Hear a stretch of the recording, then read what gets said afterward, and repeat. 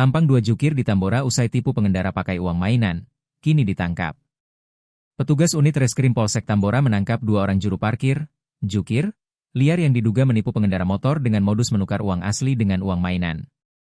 Kedua pelaku yang berinisial SN, 36 tahun, dan AS, 28 tahun, ditangkap tak lama setelah video perdebatan mereka dengan korban di depan Puskesmas Tambora, Krendang, Jakarta Barat, beredar luas di media sosial.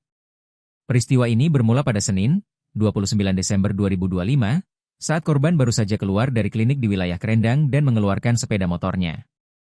Korban menyerahkan uang pecahan Rp100.000 untuk membayar parkir kepada pelaku. Namun, terjadi keributan karena uang tersebut diduga ditukar atau dikembalikan dalam bentuk uang mainan oleh para pelaku.